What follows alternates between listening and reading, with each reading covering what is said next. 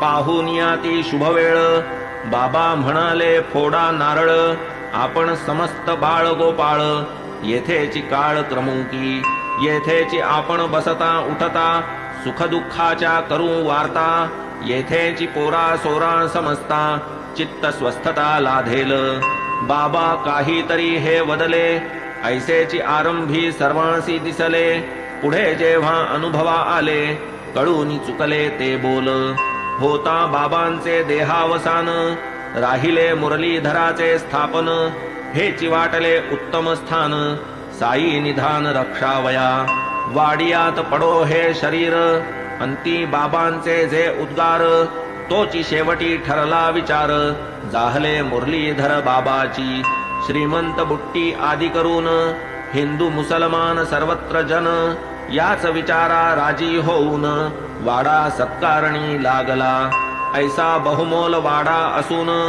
बाबांचा देह कुठेही पडून जाता मग तो वाडाही शून्य अत्यंत भयान भासता आज तेथे जे भजन पूजन कथा कीर्तन पुराण श्रवण अतिथी अभ्यागता अन्नदान होते त्या कारण श्री साई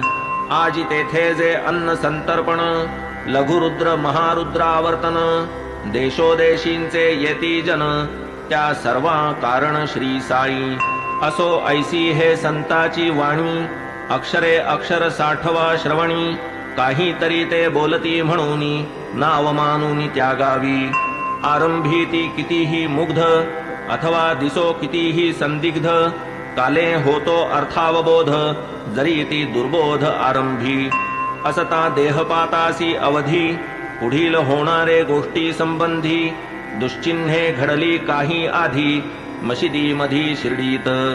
तया माजील एकची आता निवेदितो मी श्रोतया करिता की ती सकळ सांगू जाता ग्रंथ विस्तरता पावेल किती एक बहुता वर्षांपासूनी होती एक बाबांची जुनी वीट जियेवरी ते हात टेकुनी आसन लावून बैसत विटेचा त्या आधार घेऊनी नित्य एकांत होता रजनी बाबा मशिदीत स्वस्थ मनी आसन लावून बैसत